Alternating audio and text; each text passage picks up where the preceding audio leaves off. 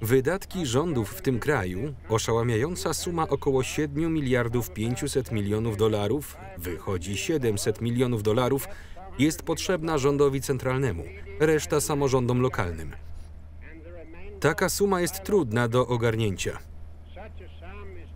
Stanowi ona całość zarobków 5 milionów pracowników otrzymujących $5 dziennie, pracujących przez 300 dni w roku. Jeśli rząd dodałby 100 milionów dolarów do wydatków, oznaczałoby to 4 dni. To odpowiada wszystkim zarobkom 5 milionów pracowników najemnych otrzymujących $5 dziennie, pracując 300 dni w roku. Jeśli rząd dodałby 100 milionów dolarów wydatków, oznaczałoby to 4 dni więcej pracy tych pracowników. To tylko niektóre. Śpieszycie się? Nie. Silnik jest uszkodzony. Brzmi dobrze jak dla mnie. Pewnie coś pordzewiało. Od zimy nie był zbytnio używany. Nie macie tu żadnej broni palnej ani gorzały, co? Nie. To nielegalne. Wyjdziesz i otworzysz bagażnik, żebyśmy mogli się przyjrzeć? Nie. Słucham? To dosyć proste. 3 literki N i E połączone razem.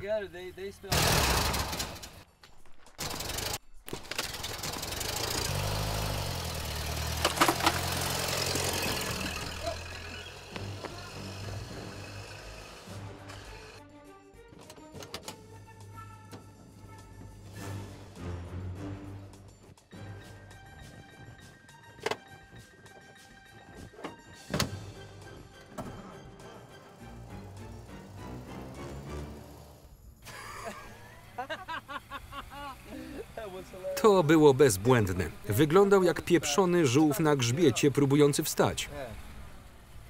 Stary, ostatni raz zrobiliśmy to w ten sposób. Dla mnie to za wcześnie. To jeszcze nie koniec. Spakuj ten cholerny bagaż. Włóż wiatrak, jeśli musisz. Trzeba było ukraść szybszy samochód. Ukraść źle brzmi, wolę pożyczyć. Szkoda, że nie wzięli tej łapówki, byłoby o wiele łatwiej. Wyjmij te cholerne kolce, a pozbędziemy się ich. Nie mogę się doczekać. Teraz masz szansę. Sukinsyny strzelają do nas. Ale chyba wiedzą, że mogą kogoś zranić. Dobra, nie rzucaj ich jeszcze. Poczekaj, aż dojedziemy do mostu. Gotowy? Dobra. Teraz.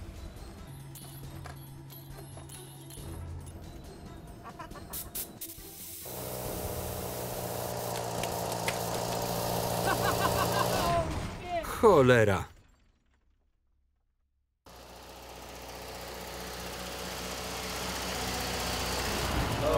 Cholera.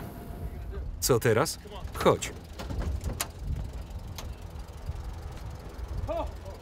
Musimy skoczyć. Nie umiem pływać. Masz prawie 30 lat i nie umiesz? Nie.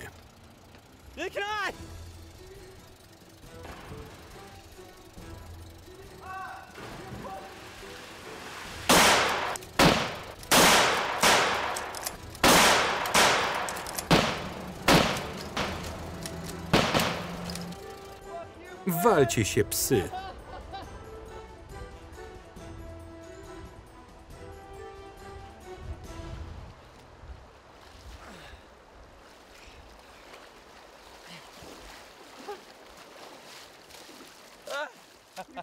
Ty szurnięty sukinsynu. Don, pomyśl o tym tak. Siedzimy tu, patrząc na piękne, błękitne niebo, zamiast gnić 5 lat w zakładzie karnym Walla Walla. Nie wspominając o 10 000 dolarów grzywny. To już wolałbym utonąć. Ja też. Dlatego musieliśmy skoczyć. Lub raczej jeden szaleniec popchnął mnie. To właśnie powiesz świętemu Piotrowi, gdy dotrzemy do Złotych Bram? Twój kumpel Vic cię popchnął? Chciałbym komuś powiedzieć, ale szczerze wątpię, żeby był to święty Piotr. Zaczynam myśleć, że masz na mnie zły wpływ. Mam. Zbierajmy się. Ten gruby strażnik nie wyglądał zbyt dobrze, gdy go ostatnio widziałem.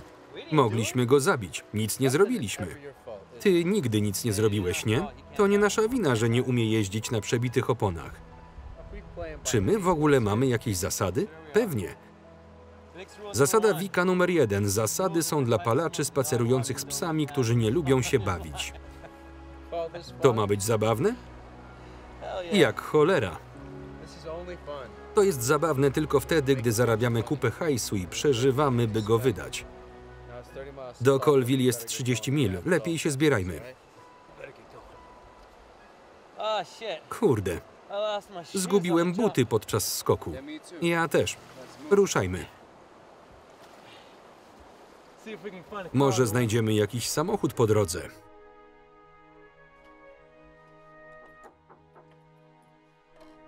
Wejść.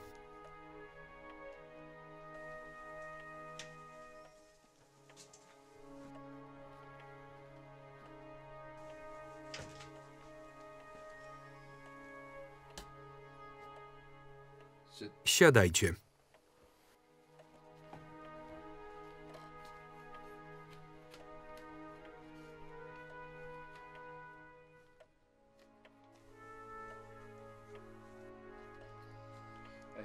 Słyszałem, że mieliście niedawno bliskie spotkanie. Tak, to było słabe. Strażnicy dobrze się nam przyjrzeli. Nie wspominając o waszym samochodzie. Teraz na pewno przyjdą. Nie trzeba się o to martwić. Pożyczyliśmy go od jakiegoś biednego gnojka w drodze przez Colville, ale nie możemy już jechać tą trasą. Poza tym gliniarz może nie przeżyć. Musimy wymyślić coś lepszego, szybszego. To wymaga trochę planowania. A potem będziemy musieli znaleźć inny sposób na przewiezienie rzeczy. Nie przyjęli łapówki?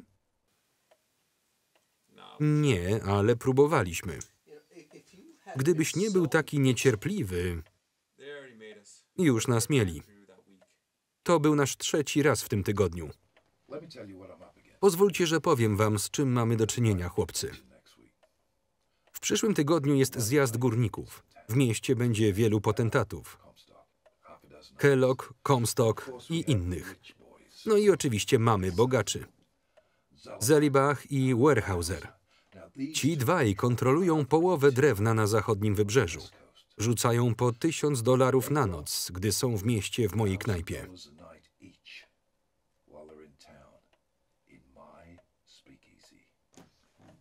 To mi się podoba. Chcę, żeby byli zadowoleni. Chcę, żeby wracali i wydawali pieniądze w moim lokalu. Ci chłopcy są przyzwyczajeni do tego, że zawsze mają to, co najlepsze. Teraz to obejmuje whisky i rum. Najlepszą whisky i najlepszy rum.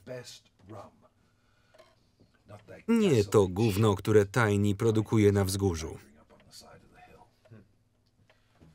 A teraz musicie mi powiedzieć, jak zamierzacie to naprawić, żebyśmy byli zadowoleni i zamożniejsi za tydzień o tej porze.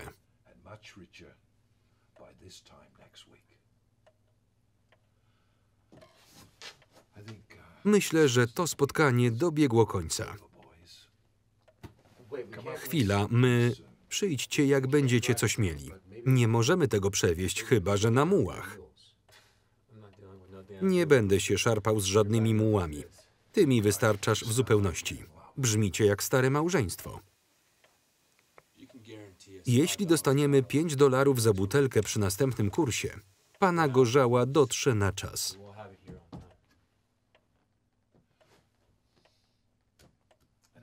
Jak macie zamiar tego dokonać? Drogą powietrzną. Powietrzną? Genialne. Absolutnie genialne. Czyli co, musimy wyhodować skrzydła i przefrunąć na nich przez granicę, tak?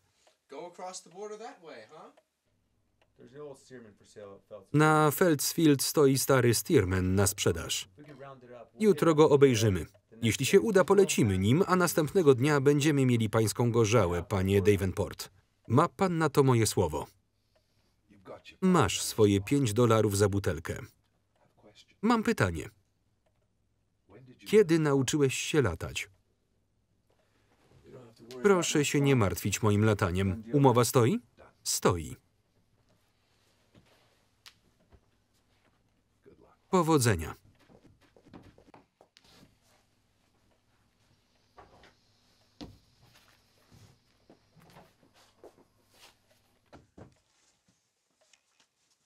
Ty nie umiesz latać. Pewnie, że umiem. Trochę. Bardzo chciałbym zobaczyć, jak pilotujesz samolot. Jutro zobaczysz. Chłopcy, zamykajcie drzwi, jak wychodzicie. To, że Nick pozwolił ci latać na skrzydle na targach powiatowych do góry nogami, nie oznacza, że umiesz latać. Właśnie, że oznacza. Trochę mnie nauczył. To, że już nie lata, nie znaczy, że nie może nam dać kilku wskazówek, jeśli będziesz się do nich stosował. Możemy szybko zarobić kupę forsy, a jeśli nauczysz się latać, możemy mieć 2 samoloty. Może spróbujmy najpierw z jednym. W tym mieście są 3 bary. Możemy je wszystkie zaopatrzyć. Mówi się o zniesieniu prohibicji. Co wtedy zrobimy? Założymy gorzelnię. Jest jedna na Vinegar Flats za naprawdę niską cenę. Musimy tylko zarobić wystarczająco dużo i to szybko. I jeśli ta twoja mała burza mózgów zadziała, zadziała. Będziemy latać naprawdę nisko wzdłuż rzeki aż do Kanady. Wracając, będziemy mogli nawet pomachać wieżom strażniczym. Stary, mamy się nie wychylać. Louis miał rację. Jeśli będziemy zbyt głośni, szybko nas złapią. Louis po prostu martwi się o siebie. Jednego możemy być pewni. Jeśli nas złapią, on nas nie zna. Powinniśmy iść do Slack Alice i zobaczyć, ile zapłaci. To nie jest zły pomysł. Prawda? Tyle tylko, że nie da się zobaczyć z Alice bez spotkania jej siostry. Cholera. Ona cię uwielbia. Jak mógłbym o tym zapomnieć? Ale wiesz, co mówią? Każdy stary port w czasie burzy się nada. Wolałbym wypłynąć w czasie sztormu w małej łódeczce, niż zawinąć do tego portu.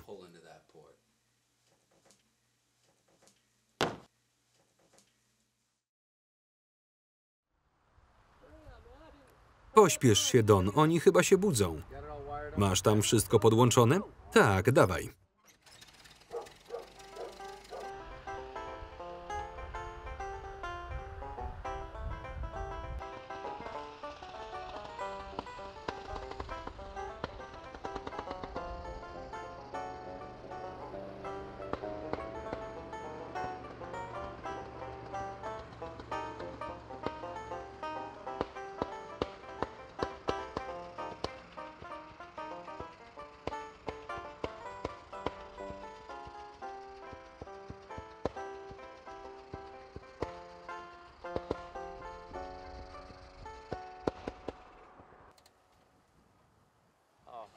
Chyba skończyła się nam benzyna. Mieliśmy to sprawdzić, zanim postanowiliśmy go ukraść. Ukradniemy inny, chodźmy po paliwo. Ale ty zasysasz. Co? Wysiadaj i pchaj. Nie będę pchał kradzionej fury. Nie jest kradziona, tylko pożyczona. Beznadziejny pomysł. Pchaj, znajdziemy jakieś paliwo.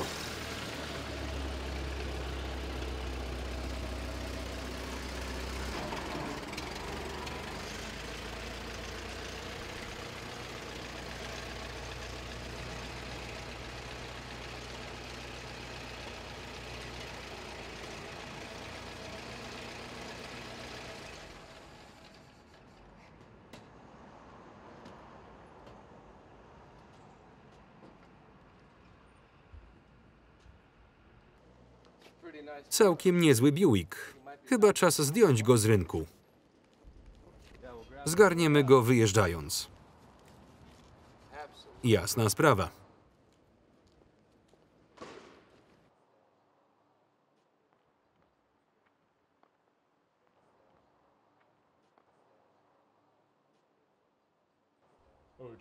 To wy.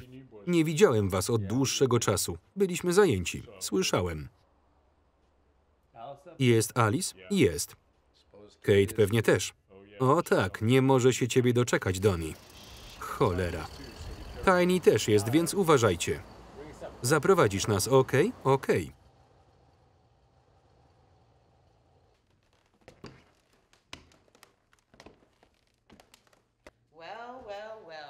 No i co was sprowadza, chłopcy? Do niemu doskwierała samotność. Kate, popatrz, kto do nas zawitał. Stary, musiałeś? Daj spokój, wyluzuj. Miło jest dla odmiany popatrzeć na przystojnych facetów. Pewnie, że tak. Mamy dla pań małą propozycję. Chodźcie do środka. Biznesową. No tak, biznes przed przyjemnościami. Żadnych takich nie będzie. Don jest trochę nieśmiały.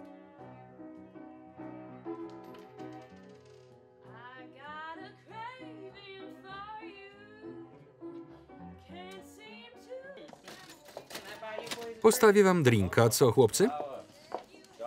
Pozwól nam. Don, gdzie uciekasz? 4 szklanki dla nas. Wkrótce będziemy to sprzedawać. Zainteresowana? Zobaczmy, co tu macie. Skosztuj.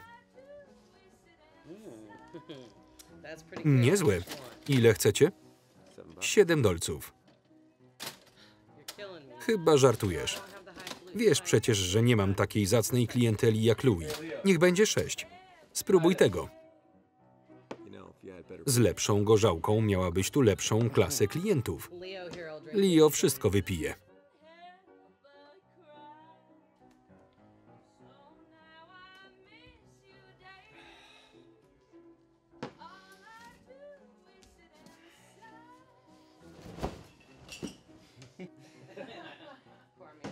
Nalej mi jeszcze. Moi klienci mają właśnie tak wyglądać. Tu masz powód jakości. Pomyśl. Jakby to rozcieńczyć, będzie to całkiem niezły biznes dla ciebie. A co z wami? Ja dostarczam ci towar, zrób z nim co chcesz. Niech będzie 7. Panie Leo? Proszę pana. Znowu zabiłaś pana Leo.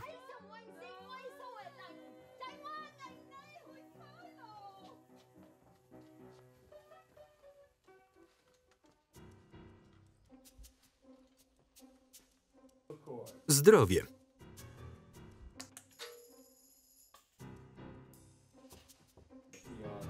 Widzimy się za kilka dni. Świetnie.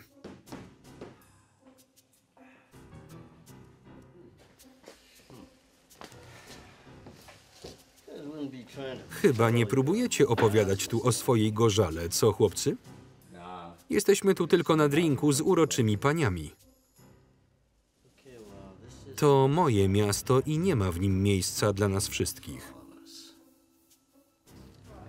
Wszystko okej. Nie chcielibyśmy, żebyś musiał się zwijać. Ależ ja się nigdzie nie wybieram, chłopcy.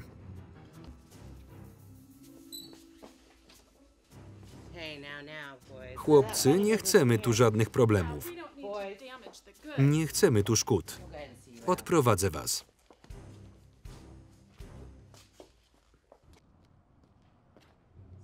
Wciąż tu stoi.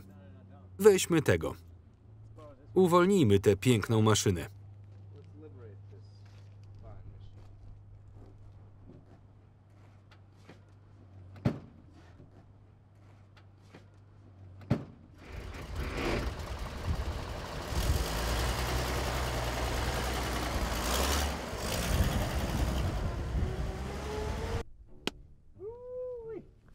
Piękny jest. Wygląda na maszynę z wyższej półki. Wybaczcie mi, chłopcy. Ten samolot nie jest teraz na sprzedaż. Muszę nad nim popracować. Obejrzyjcie tamten. Moglibyśmy dobić targu, jeśli się wam podoba. Dlaczego tamten? Nad tym muszę popracować. Tamten wygląda w porządku. Chodźmy.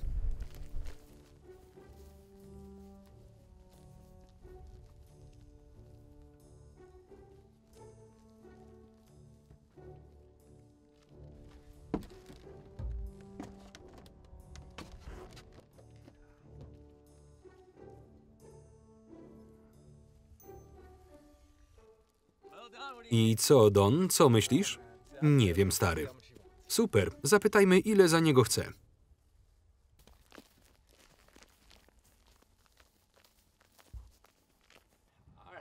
Ile za niego chcesz? 2,5 i ani grosza mniej. Co powiesz na 1700? Chryste, jesteście szaleni. W zeszłym tygodniu miałem 2 oferty za 2000. Ten staruszek jest wart 3. 2,5 to za darmo. Gdybym miał polecieć tym samolotem do Pasco, mógłbym łatwo dostać 3. To dlaczego tam nie lecisz? Powiem ci dlaczego. Nie wątpię. W zeszłym roku leciałem do Pasco. Zszedłem trochę niżej i zahaczyłem płozą ogonową o linię telefoniczną na końcu pasa startowego. Wysiadłem i musiałem wyciągnąć z niej 20 stóp kabla. Naprawdę boję się tam wracać. Ponieważ tak bardzo was lubię, pozwolę wam zapłacić. Tak? Tak. 1000 teraz i 1,5 później. A to dla was, chłopcy, niezły interes. Gabi, nie wychodź, bo zrobisz sobie krzywdę. Weźmiemy go. Ale najpierw chcielibyśmy się przelecieć. W porządku. Dużo latacie? Trochę. Może polecę z wami. Damy sobie radę. Jeśli tylko uruchomisz tę starą suwnicę, my zajmiemy się resztą. Pomóż nam.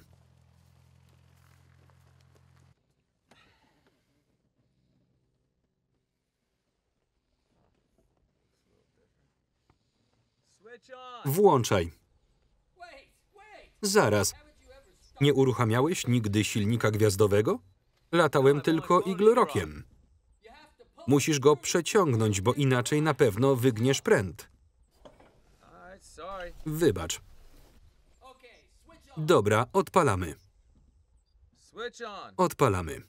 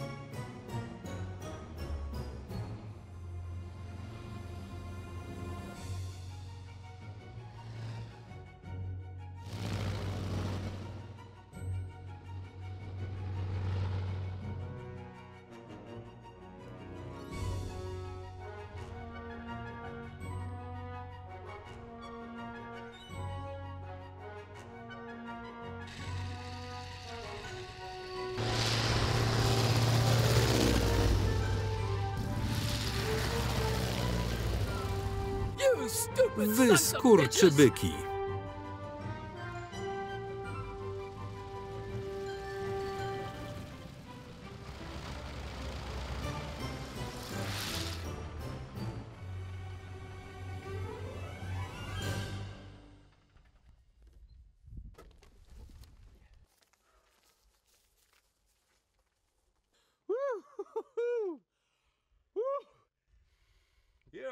W porządku, Don?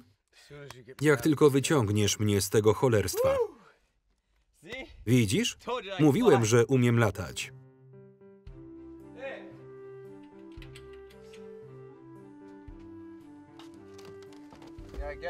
Zobaczmy, co ma do powiedzenia na temat tego samolotu.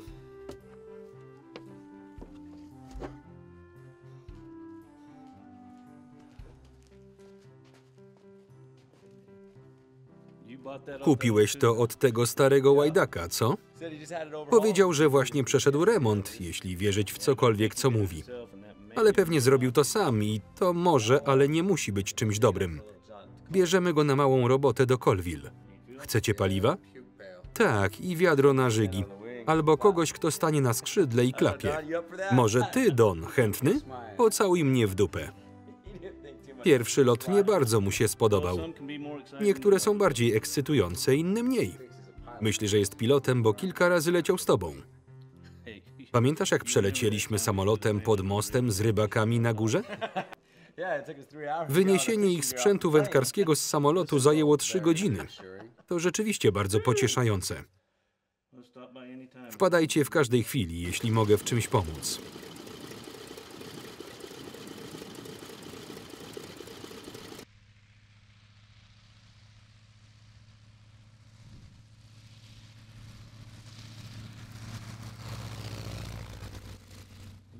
Zupełnie jak jego ojciec.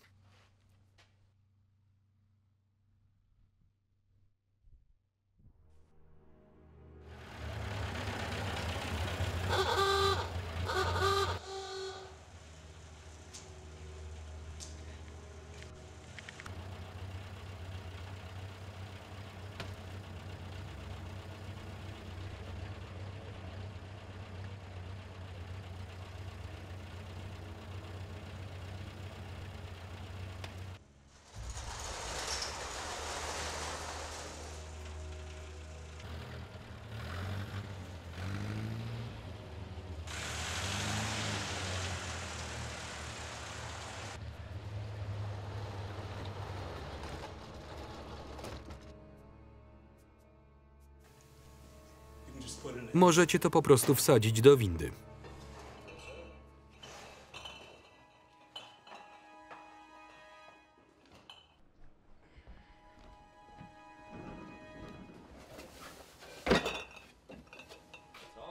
To wszystko, nie? Zawieź nas trochę bliżej piekła.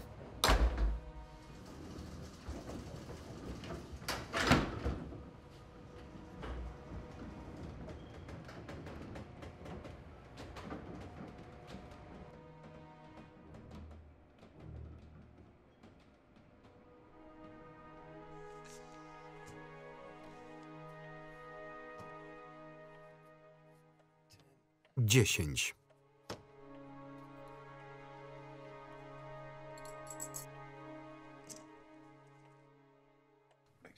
Wychodzi 130. Powinno wystarczyć, by pograć w karty. Niech będzie 150. To wszystko, co możecie zabrać w tym waszym małym samolocie? Nie. Więc komu to sprzedajecie? Slack Alice. Daje nam $8 za butelkę. Cholera. Dam wam 7,50 i chcę każdą dostawę przez następne 2 tygodnie. 8. 8. 8 to jak kradzież. Możesz i nic nie dać. Mam innego kupca.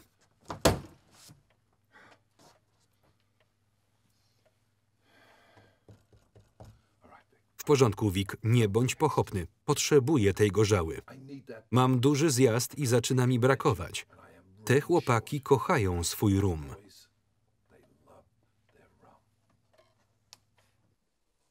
W takim razie 8.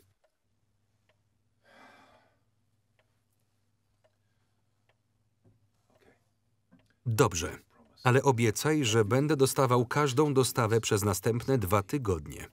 Zgoda? Dobrze, Louis. Zgoda. Dla ciebie, pan Davenport. To my będziemy już lecieć. Cholera, pada. Tak. Myślę, że powinniśmy zagrać w karty. Co ty na to? Są tam rybki do schwytania. Zróbmy to.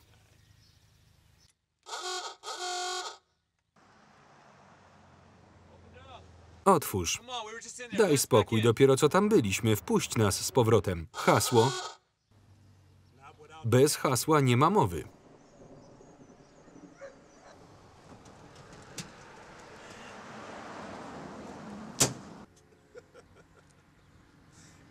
Dajcie mi chwilę. Otwórz nam. Podajcie hasło. Człowieku, otwórz. Rausz. Zajebisty rausz. Otwieraj. Mamy rybę do złowienia.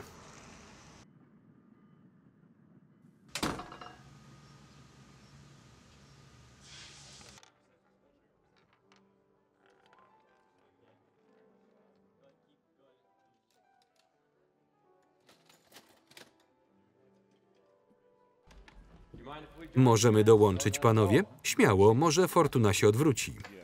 Tak, ale beze mnie.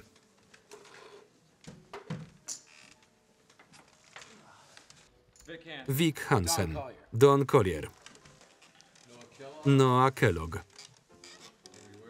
Eddie Warehouser. Miło mi.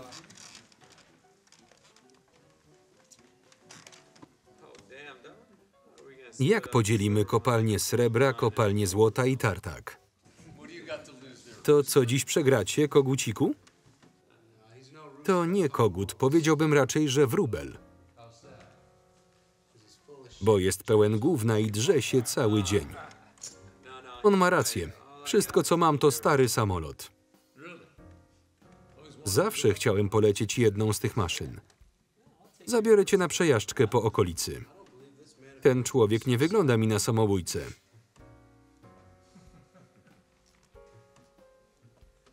Zagrajmy.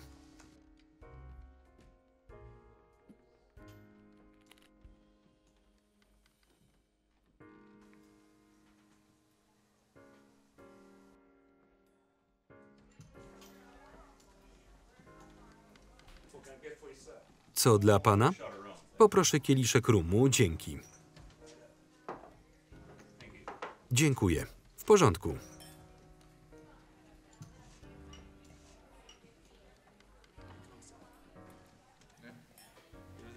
Znasz tamtego gościa? Nie bardzo. Mówił, że jest wiceprezesem Anaconda Mining. Gówno prawda. Wygląda mi bardziej na agenta niż górnika. Chyba był tu w czerwcu, kiedy rząd przeprowadzał inspekcję. Nie chciałbym stracić tego lokalu. Wszyscy skończylibyśmy u Alice. To byłoby straszne. Zapytaj Davida, gdzieś się tu kręci. Louis tu jest? Tak, właśnie wyszliśmy z jego biura. Chyba tutaj się wycofam. Zawsze to robisz, kiedy karty ci nie sprzyjają. Nie martw się, wrócę. Ta piękna młoda dama usiądzie za mnie. Nie, mogę przegrać. Tylko to cię martwi? Nie martw się. Jest tego dużo więcej. Wyciągam z ziemi i wywożę pociągami każdego dnia. Siadaj i grzej moje siedzenie. Może nawet będzie w nim coś dla ciebie. Proszę. Teraz ci ludzie nawet nie będą wiedzieli, że mnie nie ma. Przynajmniej jest milsza dla oka. Wejść.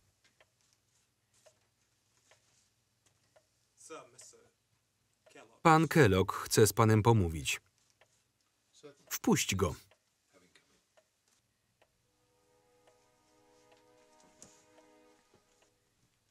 Louis. Noah. Jak zawsze w najlepszej formie. Mogę coś dla ciebie zrobić? Twoje miejsce wyrosło na całkiem niezły biznes od czasu, gdy byłem tu po raz ostatni. Dziękuję. To może nie trwać długo, jeśli nie zrobisz nic z agentem rządowym, który jakimś cudem zakradł się do środka. O czym ty mówisz? Gdzie?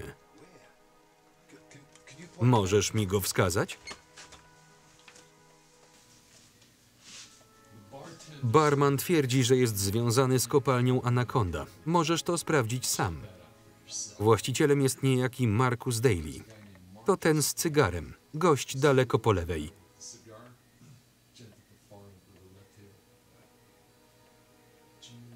A tamten na końcu baru w czarnym płaszczu.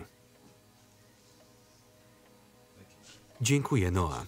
Porozmawiam z panem Daly. Zakładam, że zostaniesz.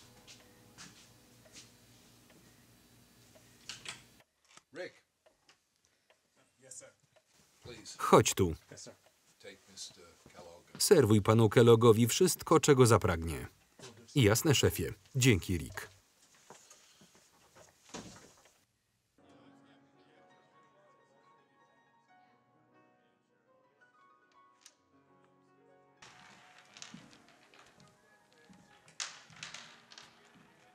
Witam, panowie.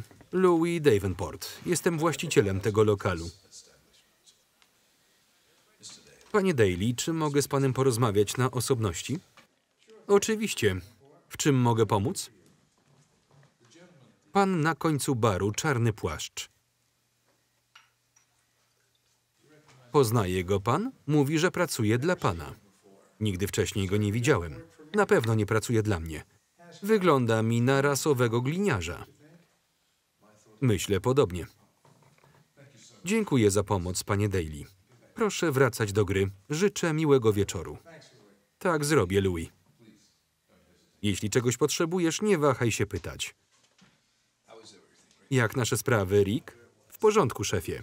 Świetnie. Przepraszam pana, chciałbym porozmawiać z panem w moim biurze. Dlaczego? Bo wkroczyłeś do mojego klubu nieproszony i nie jesteś tym, za kogo się podajesz. Jestem z Anakondy. To część problemu. Rozmawiałem z właścicielem Anakondy. Wasze słowa się nie zgadzają. Zatem pójdzie pan za mną, czy trzeba panu pomóc?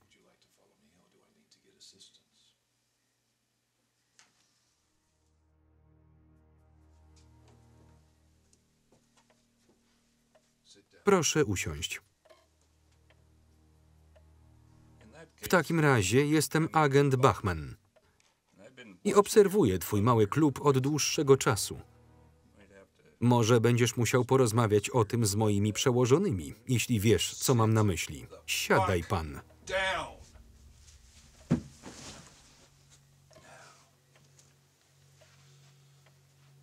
To była o wiele bliższa prawdy odpowiedź. Czego więc potrzeba, abyś zapomniał o naszym małym klubie?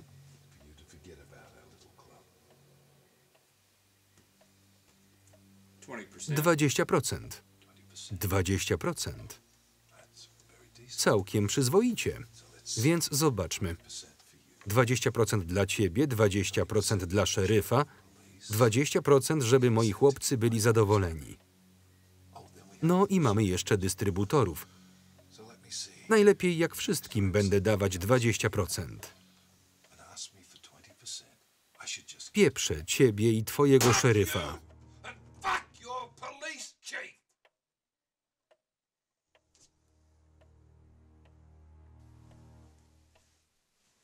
Obserwowałem twoich latających chłoptasiów. Chyba będą musieli zlecieć na dół razem z tobą.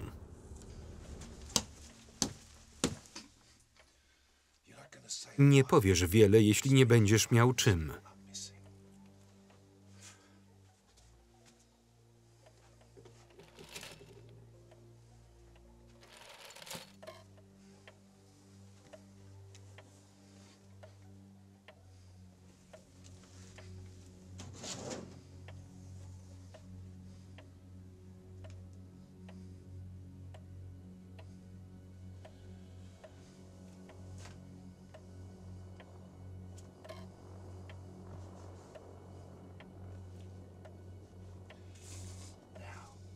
Nie mamy zbyt wiele czasu. Co powiesz swoim przełożonym? Nie słyszę. Co powiesz swoim przełożonym?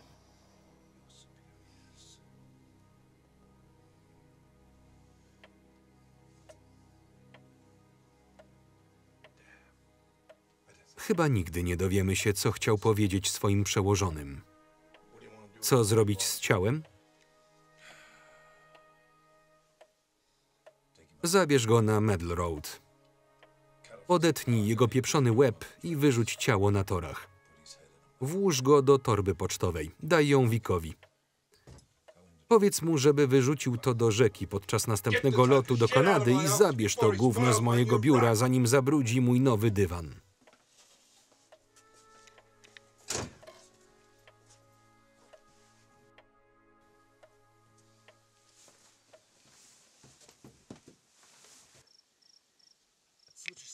Więc wyczyścimy paliwo z baku i po prostu go napełnimy? Chodzi o to, że możemy przewieźć 2 razy więcej bez balastu w postaci tych wszystkich butelek. Jak dla mnie spoko. Louis chce, żebyś wrzucił to do rzeki podczas kolejnego lotu. Chryste, co to jest? Może lepiej, żebyście nie wiedzieli, albo sami zapytajcie Louis. Co to jest? Nie wiem, sprawdźmy to. Jasna cholera. To ten gość z baru. To śmierdzi. A niech cię szlak, Louis. Tak? Co jest, Rick? Kończy się na whisky i rum, panie Davenport. Chłopcy przywiozą dziś kolejny ładunek, damy radę. W porządku, szefie.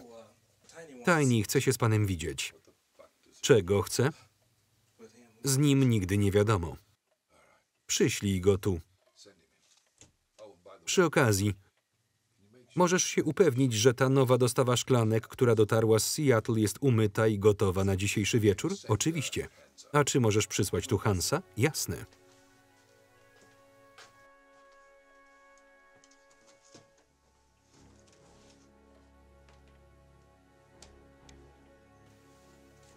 Czego chcesz, Tiny? Chyba wiesz. Ostatnio coś mnie unikasz. Chciałbym wiedzieć, co się dzieje.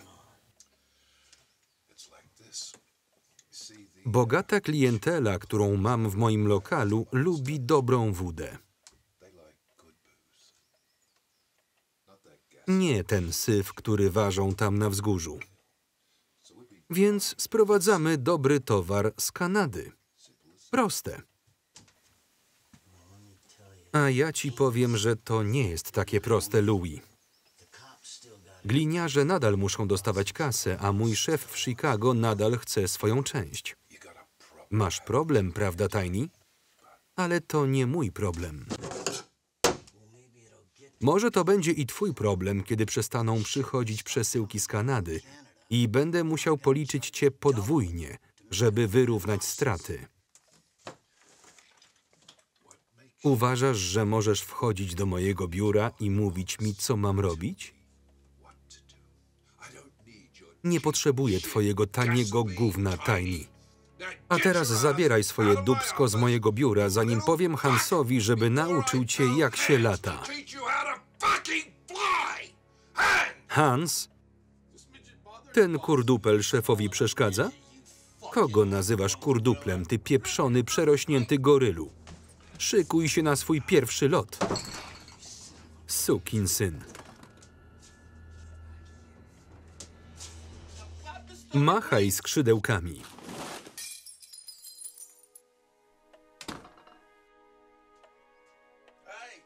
Dużo lepiej.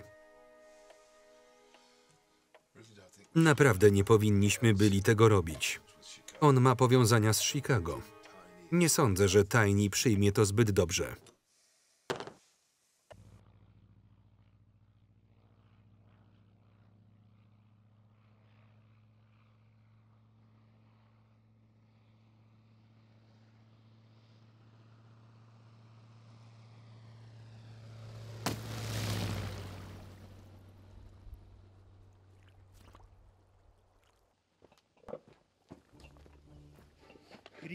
Dobry wieczór, chłopcy. Wiecie, że dorastałem z waszymi rodzinami. Bywałem w waszych domach. Siedziałem przy waszych stołach. Jadłem z wami. I chcę wam powiedzieć, że przez tę całą gorzałę, chłopcy, wpakowaliście mnie w kłopoty. Nie podoba mi się to. Gliny pytają mnie o tego zaginionego oficera, który węszył w okolicy. Nie lubię takich kontroli. Ale wczoraj znaleźli jego ciało w Hilliard. Wyglądał fatalnie po tym, jak 905 go rozjechał. Ale nie udało im się znaleźć jego głowy. Nic o tym nie wiecie, prawda? Nie. To ja wam powiem. Krążą plotki, że federalni biorą teraz łapówki od Tiny'ego. Więc zrobi się gorąco w tym waszym małym rumowym biznesie, który zdaje się przybywać z nieba. Jestem pewien, że to pomoże trzymać ich z dala od naszych tyłków, prawda? Na chwilę. Tylko na chwilę.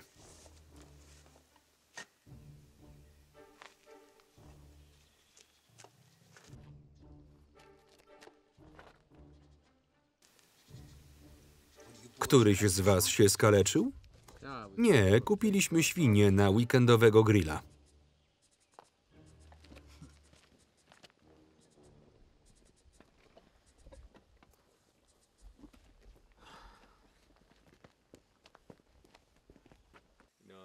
Gnojek może i był u nas kilka razy na kolacji, ale na pewno nie został zaproszony.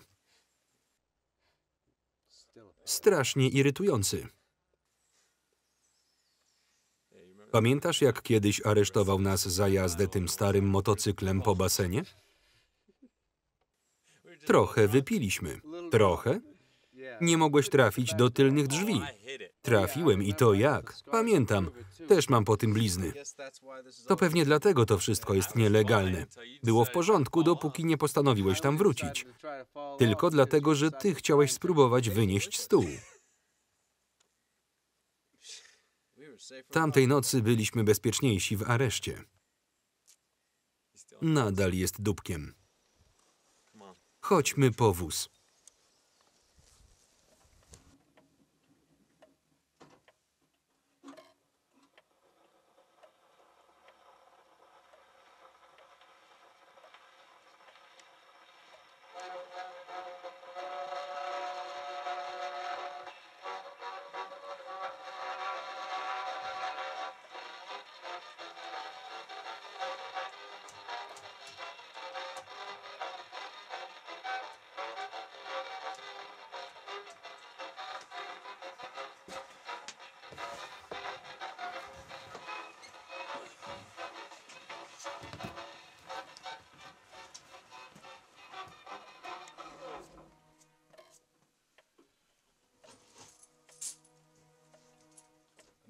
Kolejne 200 za podrzucenie tej paczki. Nie wiem, co to było, ale zostawiło plamę krwi w moim garażu, którą widział szeryf. Nie wciągaj nas w swoją brudną robotę. Za późno. Kończy mi się gorzała. Musicie polecieć jeszcze raz. Problem w tym, że nie możemy tyle wziąć. Butelki ważą. Chyba mam pomysł. No to mów.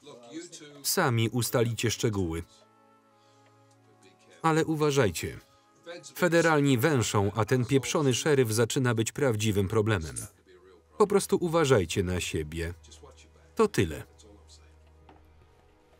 Mówiłem ci, że to dupek. Spotkaliśmy go.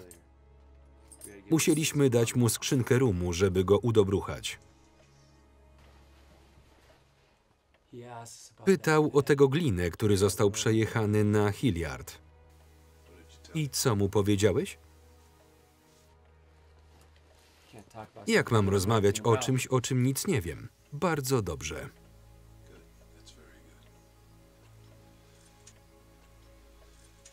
Więc daliście mu skrzynkę rumu. Nie powinien narzekać przy tym, ile mu płacę. Dalej mu nie ufam. Musicie zrobić jutro kolejny kurs. Chyba trochę forsujesz. Polecimy, kiedy sami uznamy. Martwię się, że może mi zabraknąć. A teraz wypieprzać z mojego biura i dajcie mi posłuchać mojej muzyki.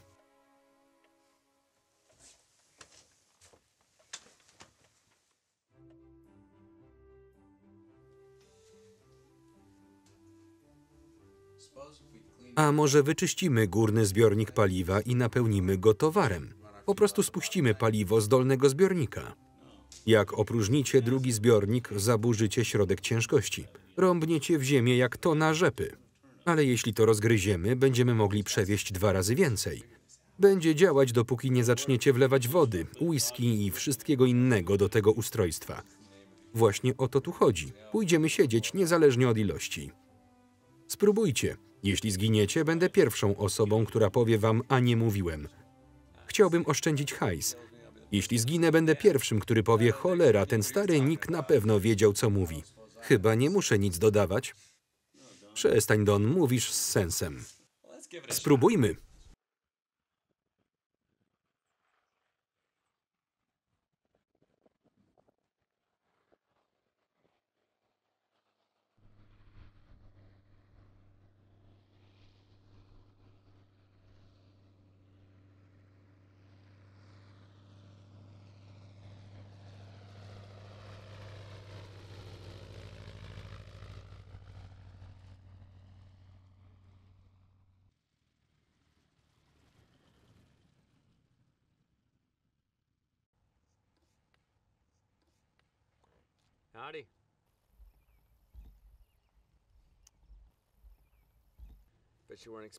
Nie spodziewałeś się, że wrócimy tak szybko? Jesteście spragnieni, biznes się kręci, co? Mamy kupę roboty. Będziemy potrzebować całej beczki. Gdzie to wszystko zmieścicie? W zbiorniku paliwa. O, panie, obyście się chłopcy nie przeliczyli. O to się nie martw.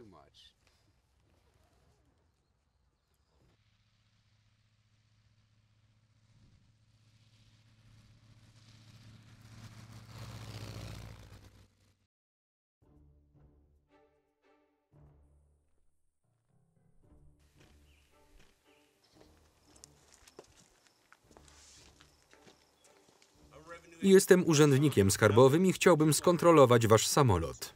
Z czyjego upoważnienia? Rządu Stanów Zjednoczonych. Podejrzewam was o naruszenie ustawy Volsteada. Macie ładny samolocik i podobno pracujecie dla kolei, ale nie widzę, żebyście robili wiele. Czy ma pan, panie urzędniku, jakieś dowody? Ale błyszczy, musiałeś ją długo pucować. Przeglądałem wasze dzienniki pokładowe. Spędzacie dużo czasu w Colville. Chciałbym wiedzieć, czym się zajmujecie. Moja mama tam mieszka, jest bardzo chora. Colville jest bardzo blisko Kanady. Potrzeba was 2 do tego? Gdybyś poznał moją matkę, wiedziałbyś, że tak. Paliwo. Pełen bak, szefie. Oczywiście, że tak. Właśnie pojechaliśmy do Colville i z powrotem. Myślałem, że znaleźliśmy samolot, którego szukaliśmy. Może pomożemy. Rum, kolego. Nielegalna gorzała. Przykro mi, ale nie mogliśmy bardziej pomóc. To chyba nie jest pana szczęśliwy dzień. A teraz przestań pan marnować nasz pieprzony czas. Chciałbym położyć staruszkę do łóżka.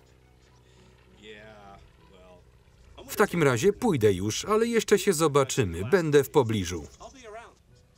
Rozumie się. To była czysta przyjemność. Co wy robicie? To federalni. Do widzenia.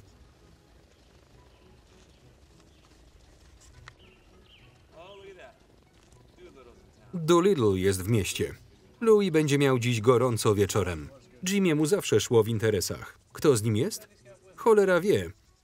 Ale ma wszystko tam, gdzie trzeba. Chodź, idziemy.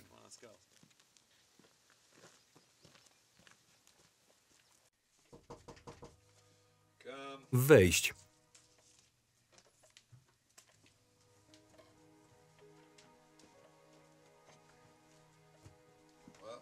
Jak wam poszło?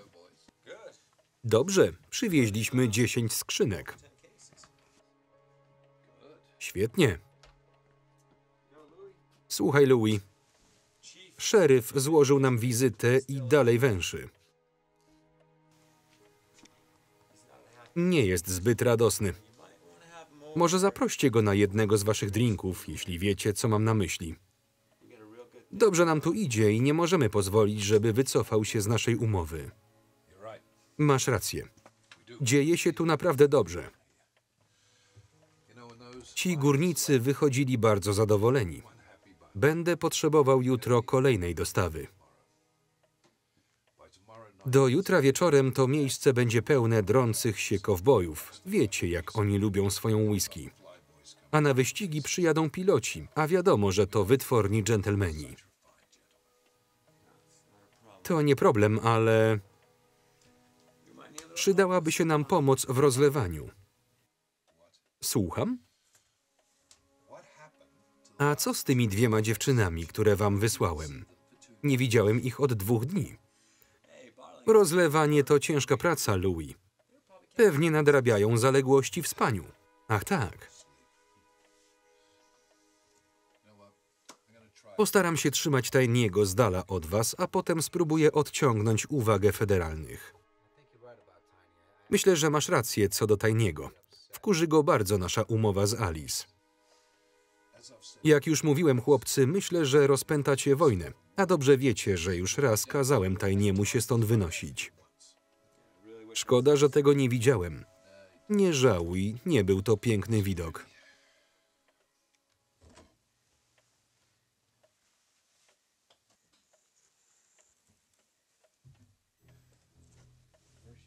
Któż to przyszedł? Co to za dziewczyna? Tam, z oliwkową skórą w białej czapce. Weszła z facetem Doolittle. Jest jedną z dziewczyn Doolittle? Ona? To córka właściciela Wild West Show, Whirlwind Billego. Zajmuje się promocją na wyścigach lotniczych z Doolittle. Tylko nie to. Znam to spojrzenie. To się nigdy dobrze nie kończy. Chcę ją poznać. Po co ty to robisz? Pójdziesz i potem ona złamie ci serce. Będę nieco ostrożniejszy. Uwierzę, jak zobaczę. Nie da się z nim gadać, kiedy taki jest. Chłopaki, chodźcie, przedstawię was.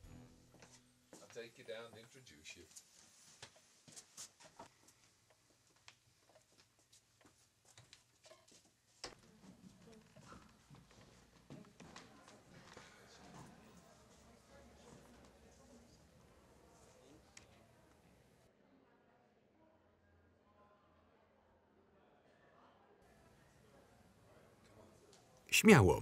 Przedstawię was.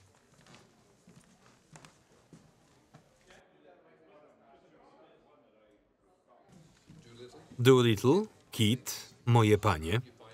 Mam nadzieję, że mój klub przypadł wam do gustu. Zobaczcie, co kot tu przywlókł.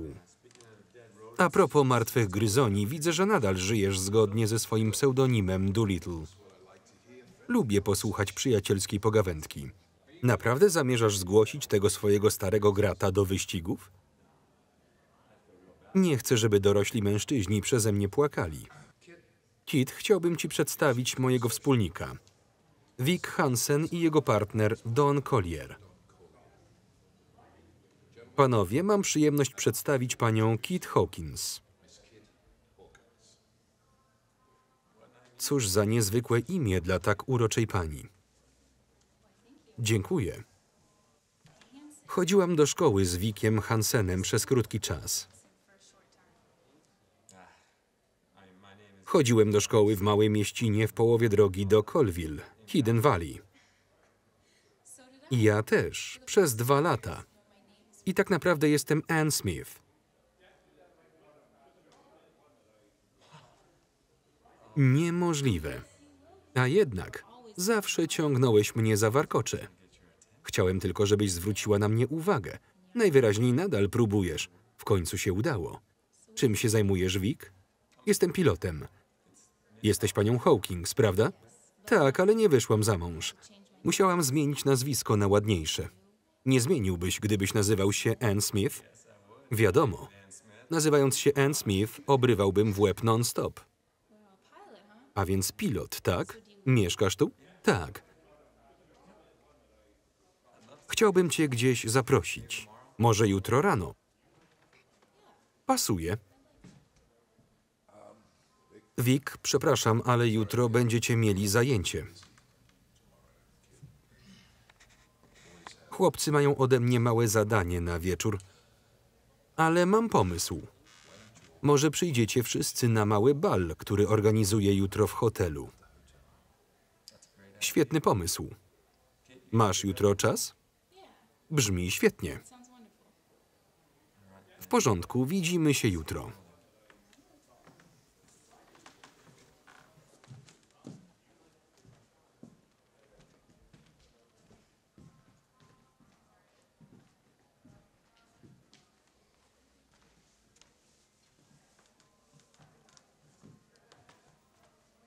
Chcesz zatańczyć? Jasne, spoko.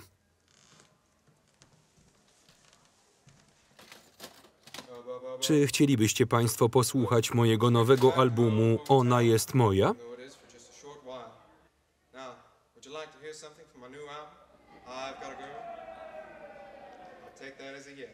Biorę to za tak. Pamiętacie, jak to szło? Jasna sprawa. Mogę to zagrać nawet od tyłu. Ty grasz od tyłu, ja śpiewam do przodu. Zobaczymy, co wyjdzie.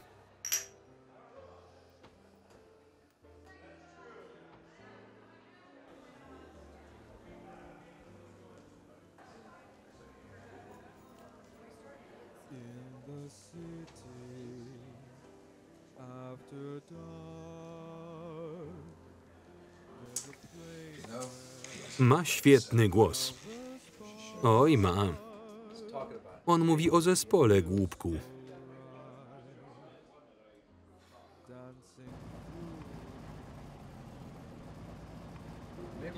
Może powinniśmy to rzucić. Mówisz? Stać nas na to? Ile mamy gotówki? Nie wiem, ale mój materac zdaje się 2 razy grubszy. A co innego moglibyśmy robić? Pojechać do Meksyku albo na Kubę, w fajne miejsce. Założyć destylarnię. Prohibicja nie może trwać wiecznie. Ktoś nas śledzi. Zdaje się, że to Tiny. Louis ma rację, będzie nieciekawie. Spadajmy stąd, stary, gaz do dechy.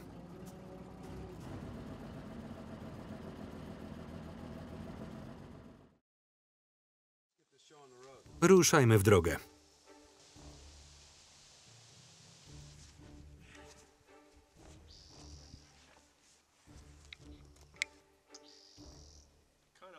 Późna pora na latanie, chłopcy. Mojej mamie się pogorszyło. To ta mama, która mieszka w Colville, prawda? I jedyna, którą mam. Ile ty ich masz? Dowcipnij się z was, chłopaki. On jest poważnym człowiekiem. Okej, panie urzędnik. Nie chcę być niemiły, ale musimy lecieć.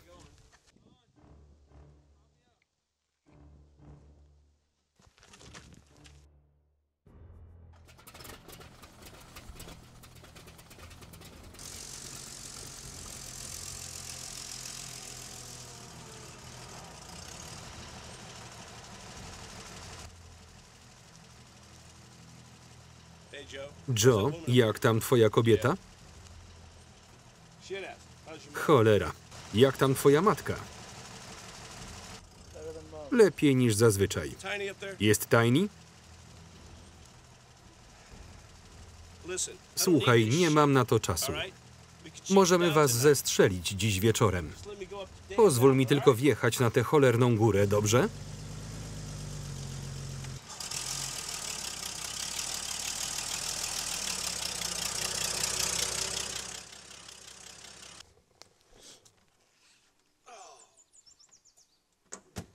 Niech to.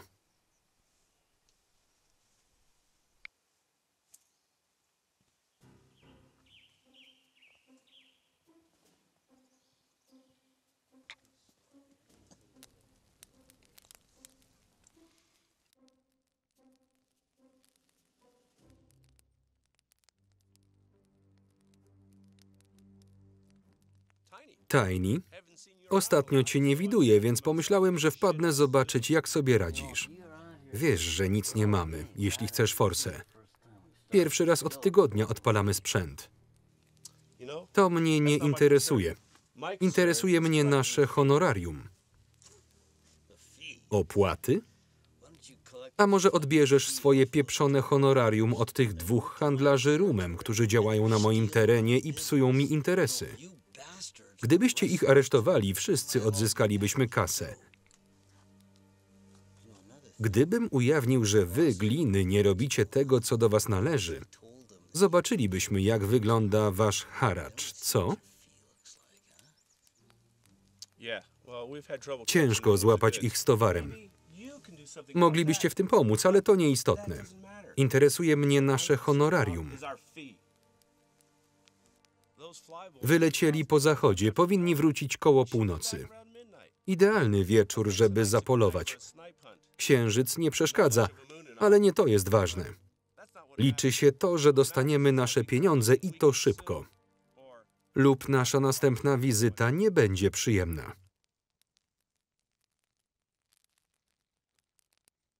Szlak. Kiedy ta partia się skończy, zamykamy. Łapcie broń, chłopcy, idziemy do miasta. Te sukinsyny zaszły mi za skórę. Tak jest, pokażemy im. Czas coś z tym zrobić. Wy dwaj idźcie tam, my zostaniemy tu.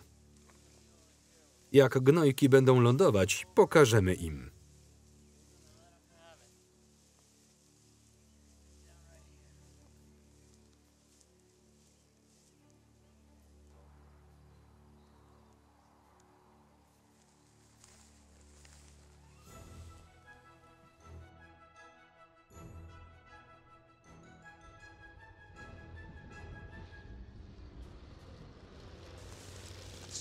Nadlatują. Dawaj tę strzelbę.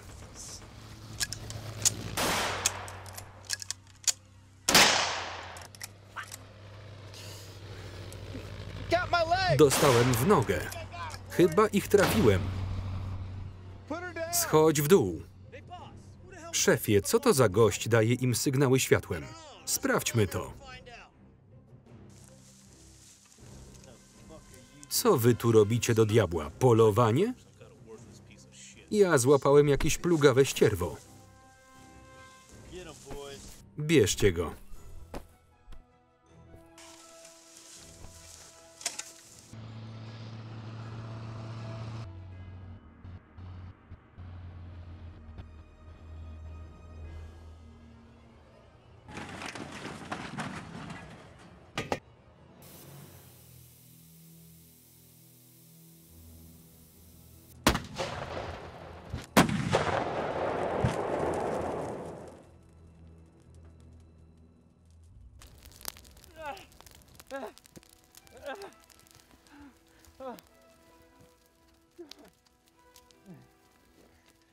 Don. Cholera.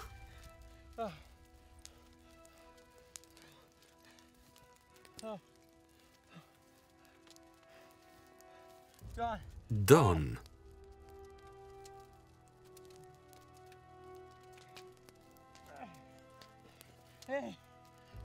Niech ktoś nam pomoże. Don. Pomocy.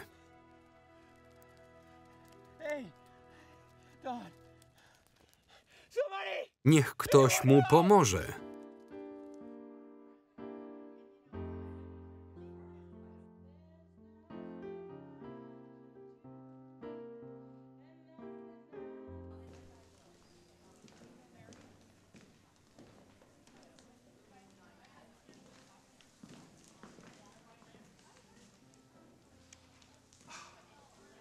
Pani Hawkins.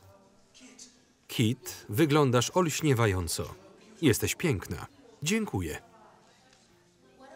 Twój hotel jest zachwycający. Widziałeś Vika? Tak mi przykro. Nikt ci nic nie powiedział? Samolot Vika rozbił się wczoraj. Jest cały, przeżył, żyje. Jest trochę poobijany, ale ma się dobrze.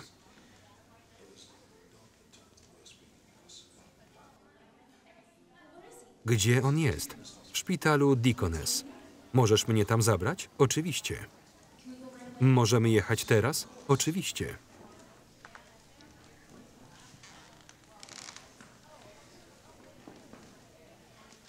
Hans, powiedz mojemu szoferowi, żeby zawiózł Kit do szpitala. Jasne. Dziękuję.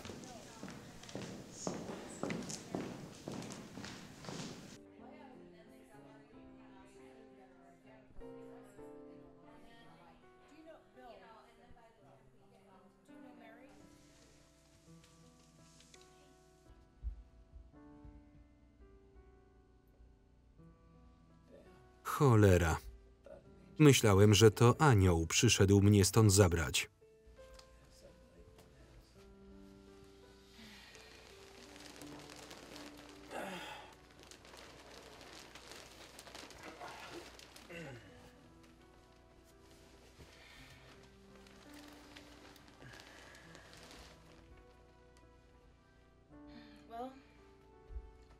Wygląda na to, że wszystkie ważne części są nietknięte. Co z Donem? Kiepsko. Stracił dużo krwi. Lekarze mówią, że być może nie uda się uratować jego nogi. Kula paskudnie roztrzaskała mu kolano. Kula? Zestrzelono nas. Po co ktoś miałby to zrobić? Dlaczego? Bo widzisz, Don i ja nie latamy dla zabawy, tylko wozimy alkohol po Kanadzie. Wygląda na to, że tubylcom nie bardzo się to podoba. Wkurzyliśmy kilka osób i wyznaczyliśmy sobie poważny cel.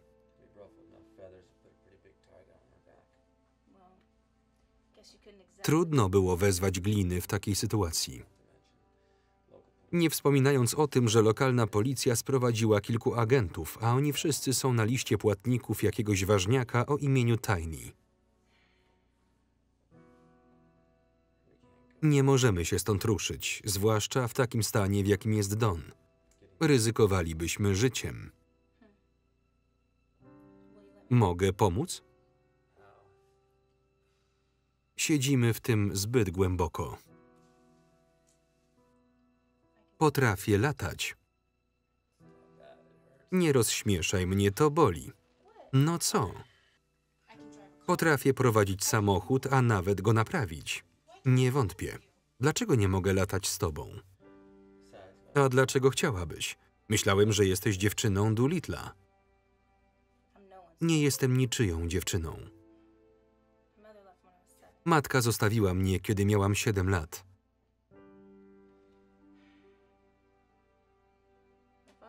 Nie dowiedziałam się dlaczego. Ojciec zmarł po tym, jak kopnął go koń. Miałam 10 lat. Billy mnie przygarnął i wychował jak własną córkę. Nigdy nie spotkałam nikogo takiego jak ty. Więc kiedy usłyszałam, co się stało, miałam okropne uczucie w żołądku. Myślałam, że już nigdy cię nie zobaczę. Nie zostawiaj mnie jak inni.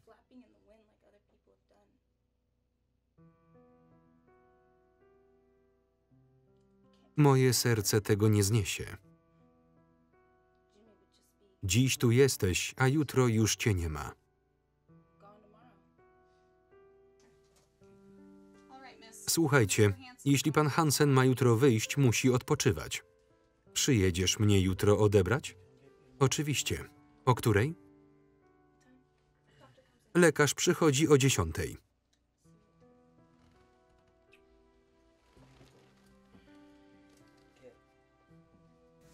Przepraszam za ten bal u Louis. Zapomnij o tym. Cieszę się, że jesteś cały.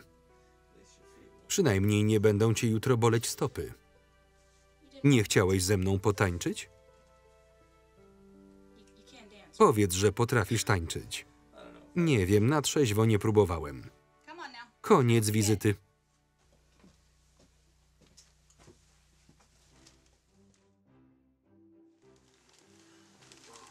Don, masz gości.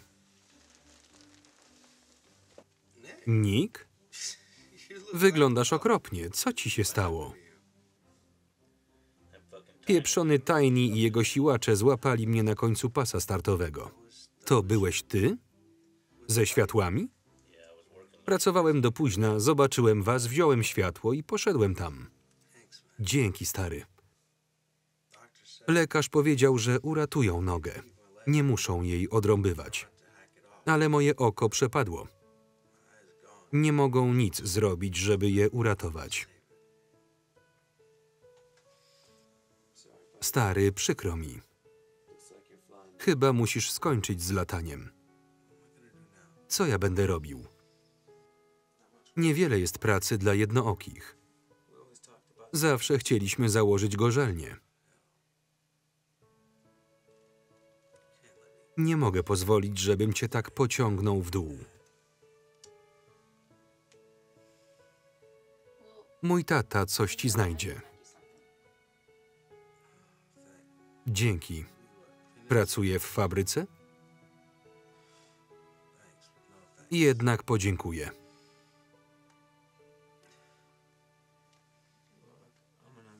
Zajrzę jutro do Coeur d'Alene. Dam znać, czy znalazłem coś ciekawego. Zdobądź ten samolot. Daj mi 2 tygodnie.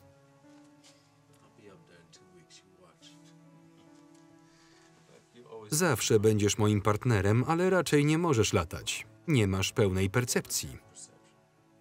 Dlaczego nie? Nie różniłoby się to niczym od latania z tobą. Możemy zabrać mój samolot. Ty masz samolot? Mój ojciec. Wykonuje kilka akrobacji na Wild West. Przyciągają tłumy.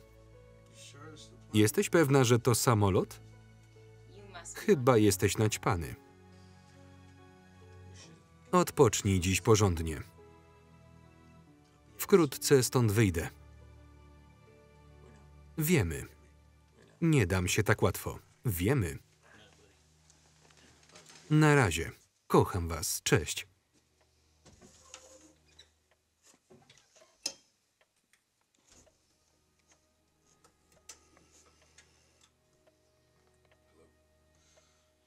Poproszę z Fairview 335. Dziękuję.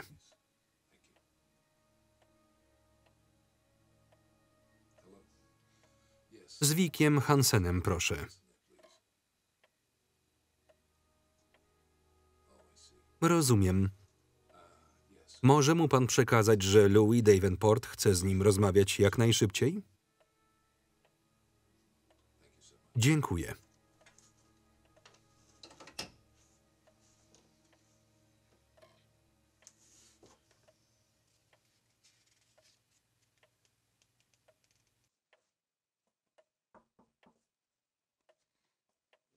Chciałeś pogadać. Tak, Vic. Dobrze wyglądasz. Usiądziesz?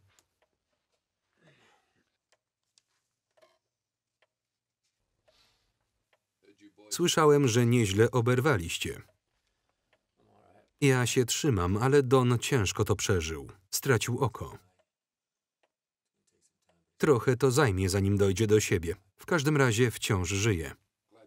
Cieszę się, że przeżyliście. Vic, właśnie skończył mi się rum i whisky. Kiedy będziesz na tyle zdrowy, by móc znowu latać? Brakuje, tak? Brakuje wszystkiego. W sumie mam nowy samolot i chcemy go przetestować. Chcemy? Don już wyszedł ze szpitala? Trenuję nowego pilota. Kto byłby tak głupi, żeby szkolić się na pilota u ciebie? Kit i nie jest głupia. Jest po prostu na tyle żądna przygód, by spróbować czegoś nowego. Nie jest trudno spędzać z nią czas. Spotykamy się od kilku dni. Jutro zabraknie mi wszystkiego. Musisz zrobić kurs dzisiaj, Vic.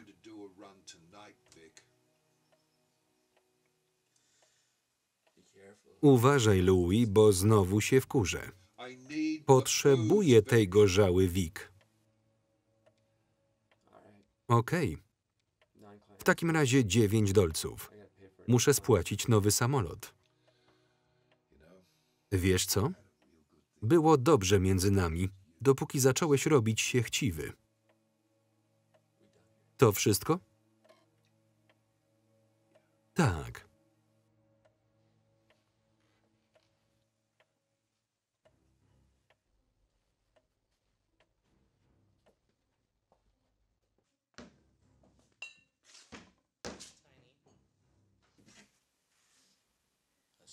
Słyszałem, że robisz biznes z tymi gnojkami. Mają dobry alkohol, klienci go lubią. Nie rób mi tu syfu. To będzie cię kosztować 100 dolców. Spadaj mi stąd. Ciesz się tym dobrym towarem, bo więcej nie będzie. Lepiej nie próbuj niczego głupiego.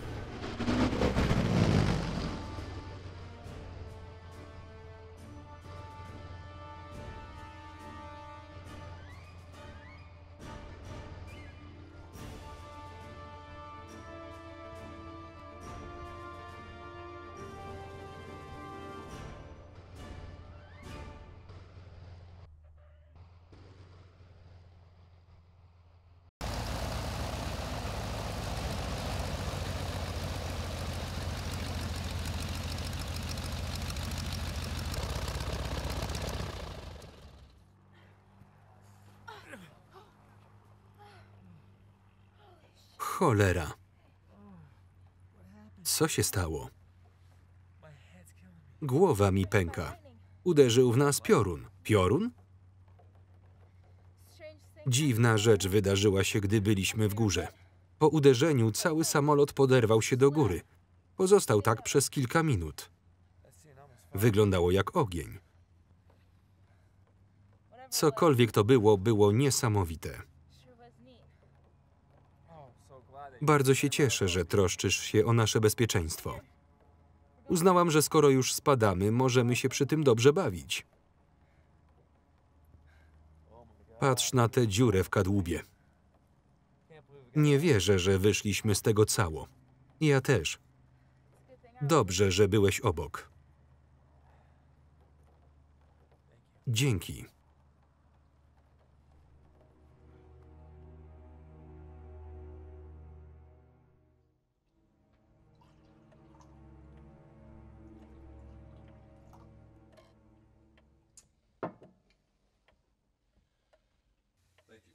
Dziękuję za to, Vic. Powiedz, jak tam sprawuje się ta twoja dziewczyna w roli pilota? Cholernie dobrze. Wczoraj w nocy uderzył w nas piorun.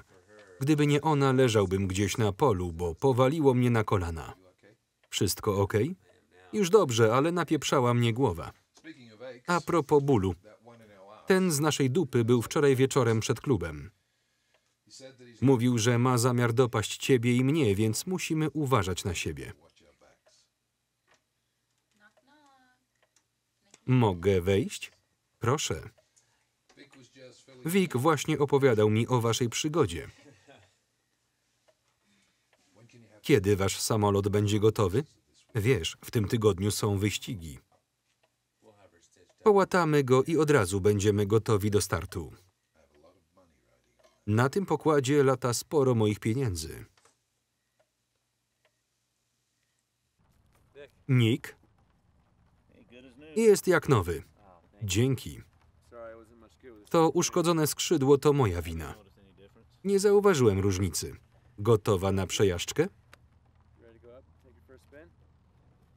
Pewnie. Bawcie się. Dzięki, stary.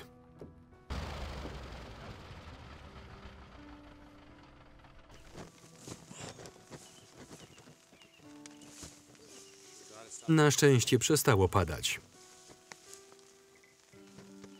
Taki miałeś plan, prawda? Już dawno chciałem cię tu zabrać. To jedno z moich ulubionych miejsc. Cieszę się, że się udało. Pięknie tu.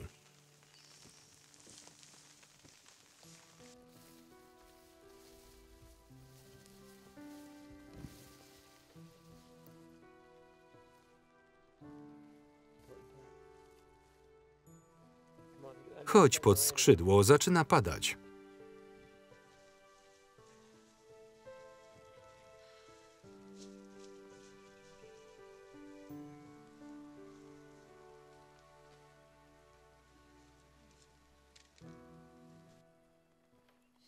Chryste, Houdini, masz coś jeszcze w tej torbie?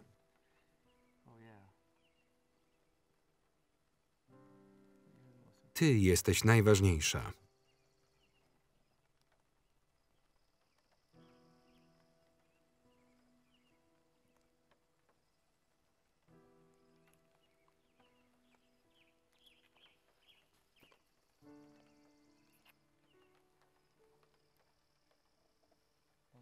Dzięki, że przyszłaś.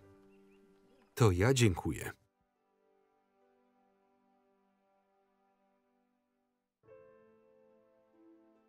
Jest moim najlepszym przyjacielem, jest jak mój zarządca. Trzyma mnie w ryzach, bo inaczej po prostu tracę kontrolę. A Nick? Nick jest starym przyjacielem mojego ojca. Jest dla mnie jak drugi ojciec. Nadal lata, ale kiepsko z jego zdrowiem. Wygląda na to, że potrzebujesz czegoś, co będzie cię pilnować.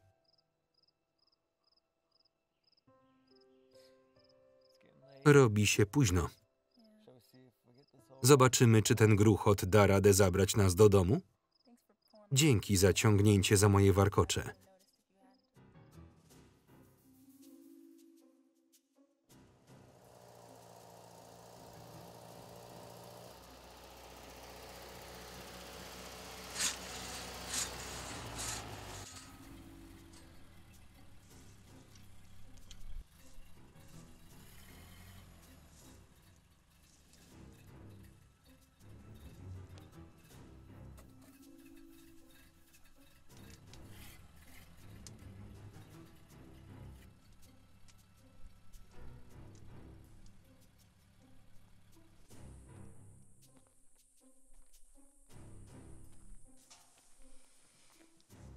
Gdzie do cholery jest Frankie?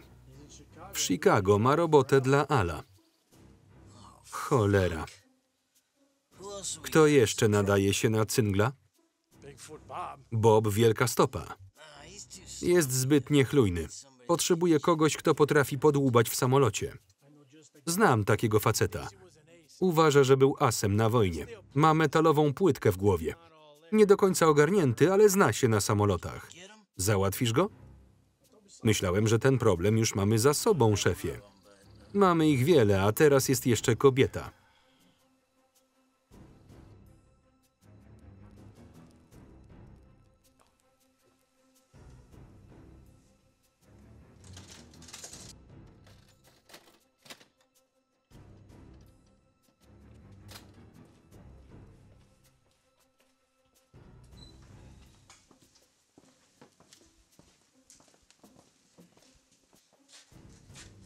Szefie, to ten as, o którym ci mówiłem. A więc możesz sprawić, że samolot się rozbije? Czy mogę? Pytanie. Kretynie. Nie przywykłem do zadawania pytań i do osób, które chcą mnie ośmieszyć. Przepraszam. Spróbujmy jeszcze raz. Chcę, żeby w ten weekend spadł jeden samolot i ma to wyglądać na wypadek. Ogarniesz to? Tak. Świetnie. Już coś wiemy. Al przyjedzie tu i chce, żeby ten cały syf został sprzątnięty, zanim tu dotrze. Albo wyślę Nitiego z jakimś gnatem i będziemy mieli szczęście, jeśli tylko nas nastraszy. Kim jest Al? I kto to do cholery jest Nitti? Al Capone, idioto. I wierz mi, nie chciałbyś mieć do czynienia z Nittim. Chryste, nie chciałbym być tym, który będzie musiał cię uciszyć. Dobrze cię widzieć. Cieszę się, że już wyszedłem. Lecisz ze mną? Nie, ramię mi dziś doskwiera. Poza tym to twoja akcja, a ja powinienem zostać ze starym kumplem. Przypilnuję, żeby nie padł na jakiś przedmiot. Zobaczymy się, jak wrócę. Baw się dobrze.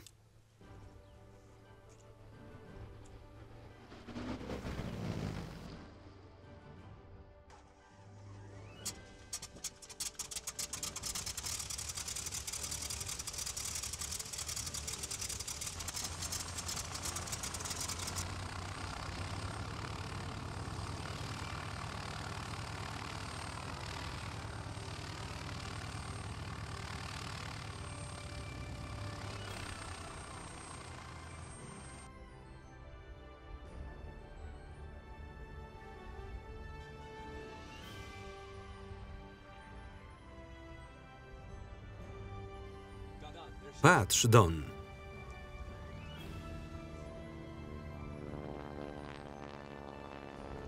Bez wątpienia umie latać.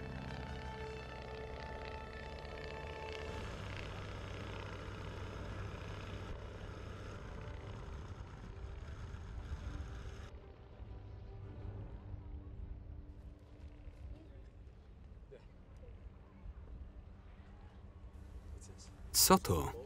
Wygląda jak śrubka na przewodzie bezpieczeństwa.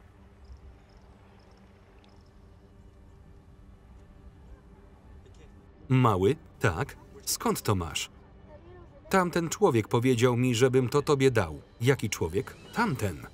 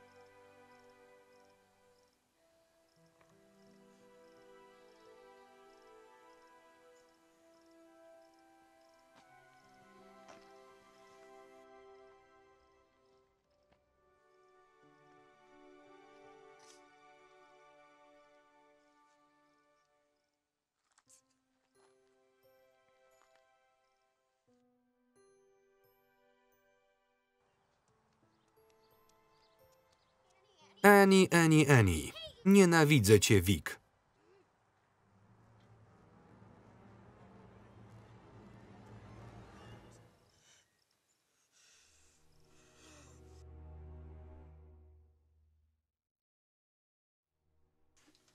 Jaki masz dowód na to, że to sprawka Tajniego?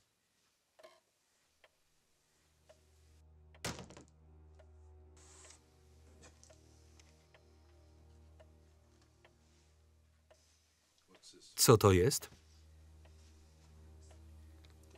To nakrętka z przewodu, który zabezpiecza przewód sterujący. Sukinsyn. Mówiłem, że jest niebezpieczny. Ale nie myślałem, że dopadnie twoją kobietę. Miałem być w tym samolocie. Nie wiem, skąd to wiedział, ale wiedział. Mam nadzieję, że nie zrobisz nic głupiego.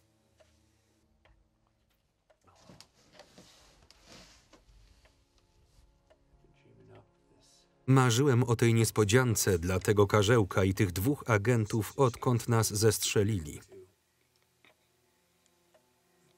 Najwyższy czas, żeby ten ich mały interes w Mount Spokane poszedł z dymem, jeśli wiesz, co mam na myśli. Ta gorzelnia jest wysoko w górach. Jak niby mamy się tam dostać? Z powietrza. To nie problem, prawda? Nie.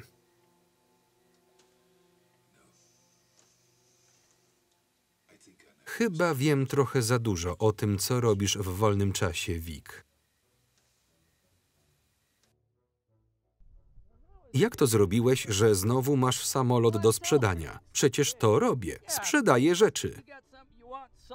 Masz coś, co chcesz sprzedać, ja znajduję dla ciebie kupca. Już to słyszałem. Ile chcesz za samolot? Ale nie polecisz nim, zanim go kupisz, prawda? Możliwe. Nie mogę na to patrzeć. Więc zamknij oczy. Zabiorę go na małą przejażdżkę po okolicy. Nie martw się, nie rozbiję twojego samolotu. Nie rób żadnych z tych trików, dobrze? Mówiłem ci, że ten ma jeden z tych modnych radiotelefonów? Masz na myśli radio? Przecież mówię. Prymusem w szkole nie byłeś, co? Lepiej pomóż przy starcie.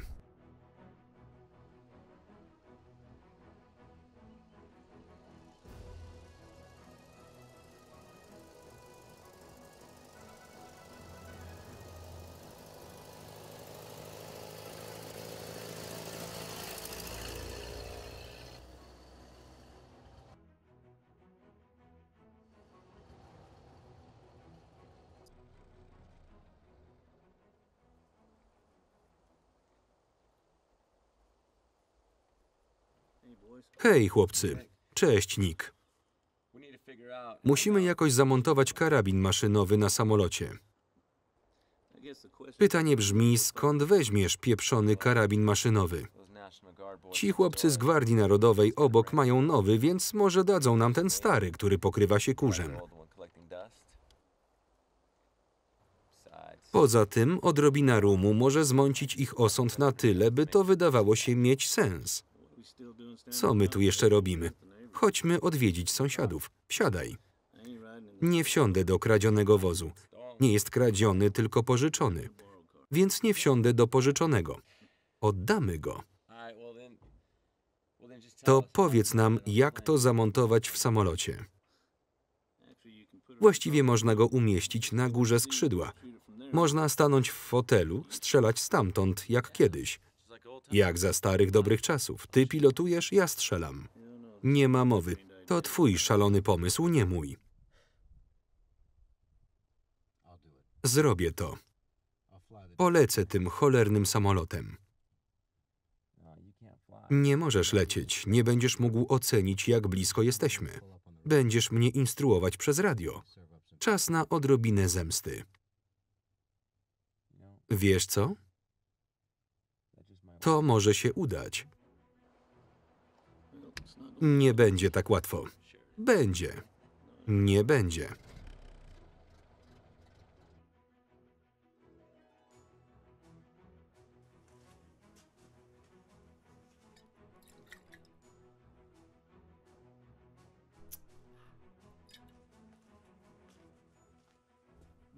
Nick mówił, żeby zamontować karabin na górze skrzydła.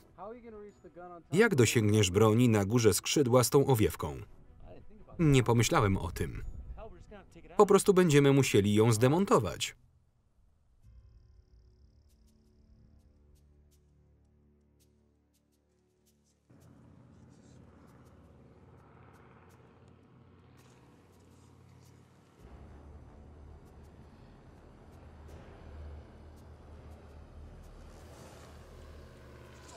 Cholera, to ci przemytnicy rumu.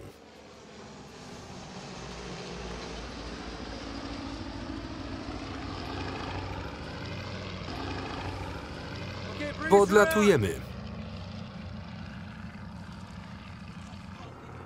Co to kurna ma być? Szykować się, chłopcy. Trochę bliżej. Prawie to mamy.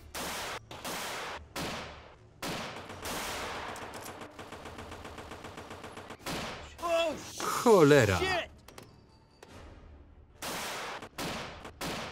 Trochę bliżej. Wystarczy? Idealnie.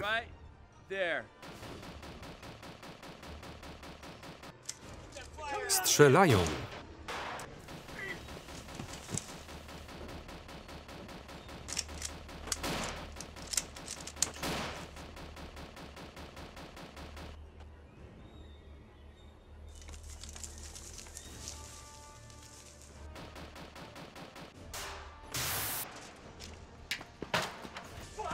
Chryste.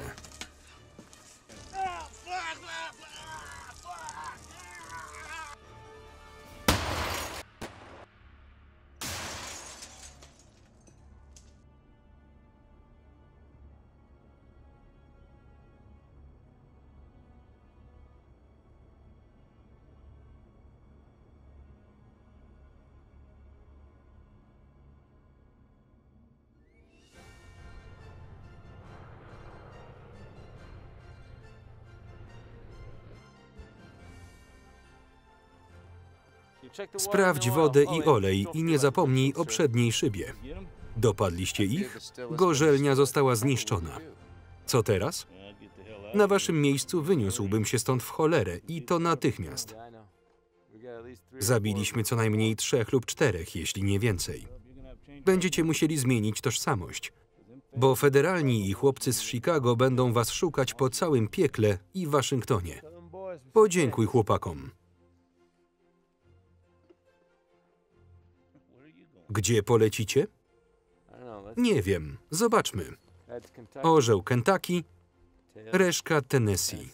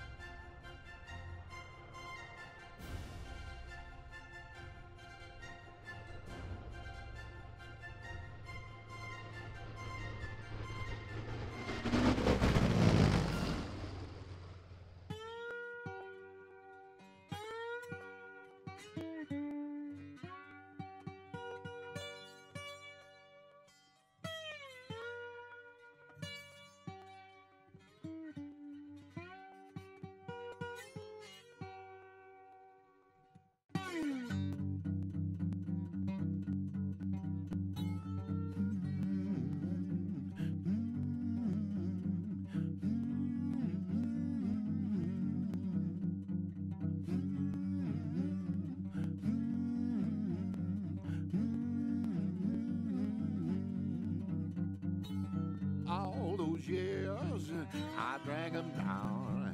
All those years wild and free. Then the revenue will come and shut it all down. Volstead done got the best of me.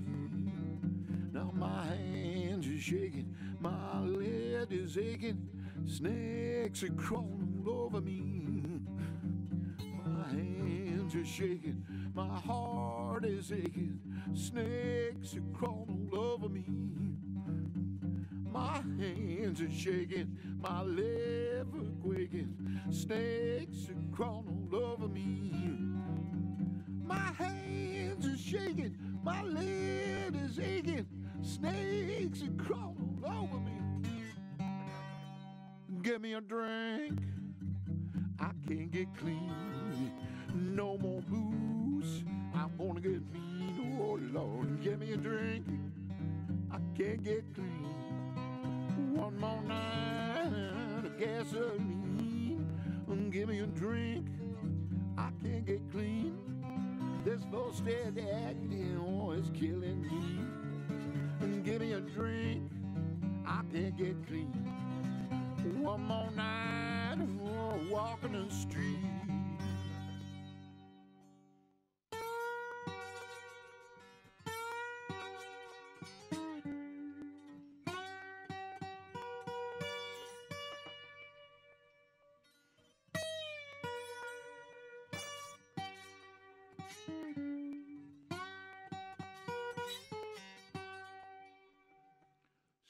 Somebody get me a goddamn drink.